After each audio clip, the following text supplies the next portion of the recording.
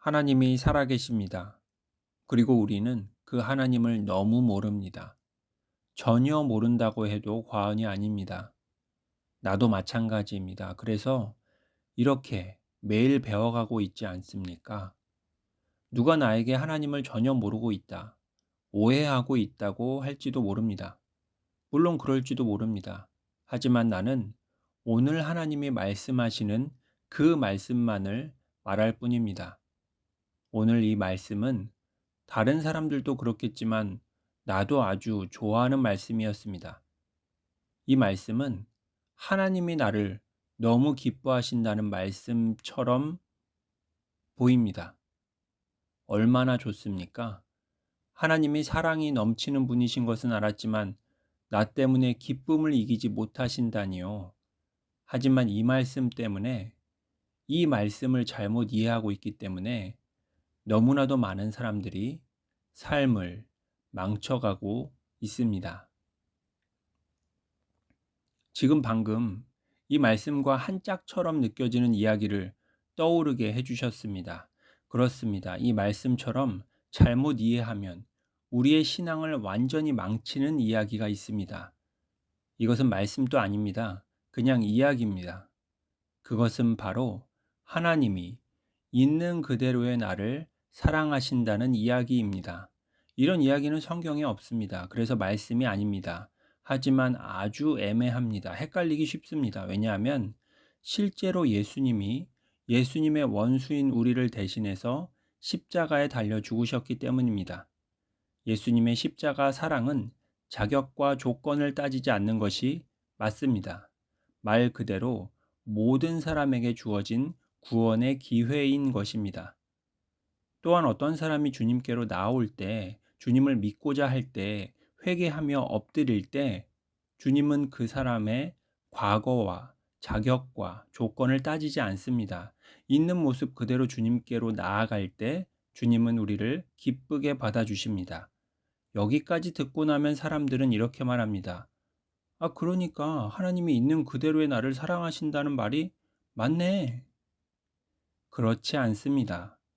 그것은 정확하게 구원의 기회가 모두에게 있음을 말하는 것입니다. 또 믿음과 회개와 영접을 위한 어떤 자격과 조건도 없다고 말하는 것일 뿐입니다.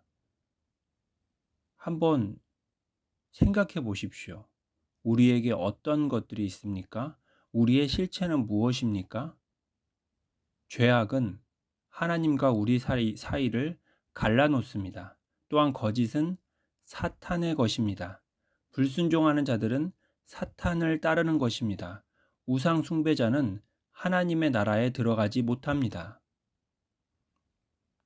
그런데 우리 가운데는 죄악과 거짓과 불순종과 우상 숭배가 너무나도 많이 있습니다. 그런데 하나님이 이런 우리를 있는 그대로 받아주시며 사랑하신다고요?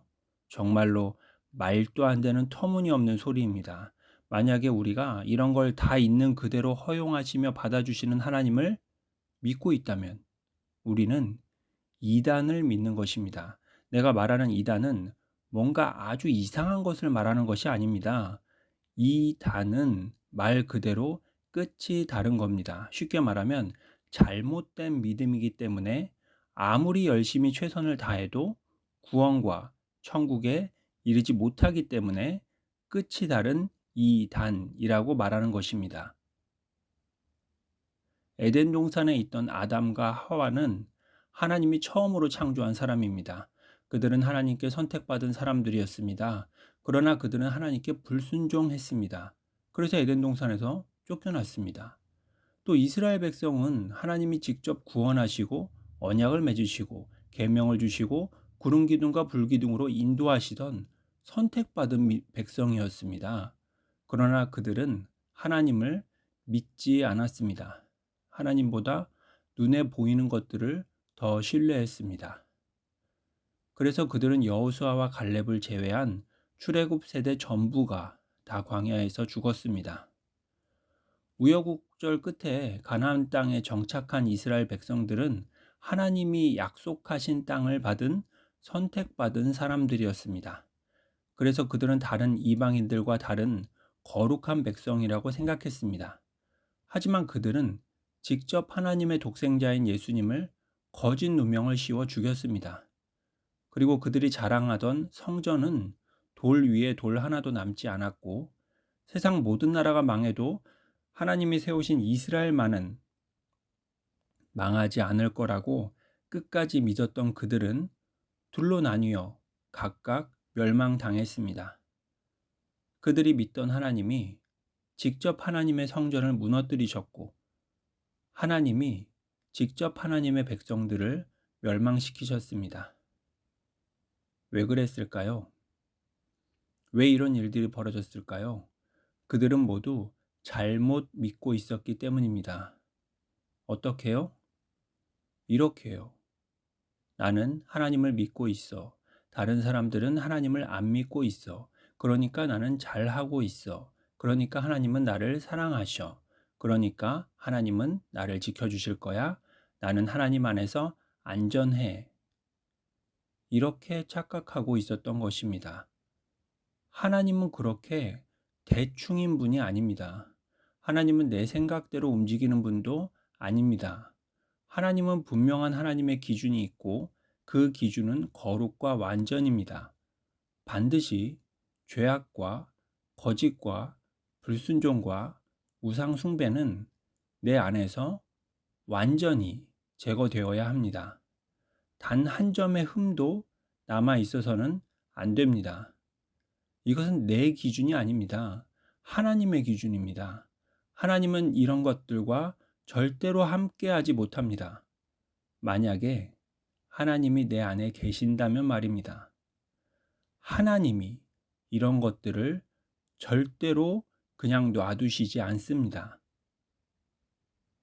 하지만 슬프게도 하나님이 내 안에 없다면, 내가 하나님과 아무 상관없다면 괜찮습니다. 아무렇게나 믿어도 됩니다. 그러면 우리는 앞에 나열한 하나님을 믿는다고, 하나님을 아주 잘 믿고 있다고 착각했던 수많은 무리들처럼 똑같이 멸망당할 수밖에 없습니다. 그러면 오늘 스바냐 말씀은 도대체 누구에게 주어진 말씀일까요? 도대체 어떤 특별한 사람에게 주어진 말씀일까요? 내가 땅 위에서 모든 것을 진멸하리라. 여호와를 배반하고 따르지 아니한 자들과 여호와를 찾지도 구하지도 아니한 자들을 멸절하리라. 여호와의 큰 날이 가깝도다. 가깝고도 빠르도다. 그가 명령을 듣지 아니하며 교훈을 받지 아니하며 여호와를 의뢰하지 아니하며 자기 하나님에게 가까이 나아가지 아니하였도다. 온 땅이 나의 질투의 불에 소멸되리라. 이 말씀 후에 여호와의 마지막 날 후에 그때에도 남은 자들이 있었습니다. 마지막의 마지막까지 악을 행하지 아니하며 거짓을 말하지 아니하던 바로 그 사람들을 바라보시며 하나님은 기쁨을 이기지 못하셨던 것입니다. 하나님의 나라와 하나님의 의가 우리와 이 땅 가운데 온전히 그대로 이루어지기를 소망하며 기도합니다. 할렐루야.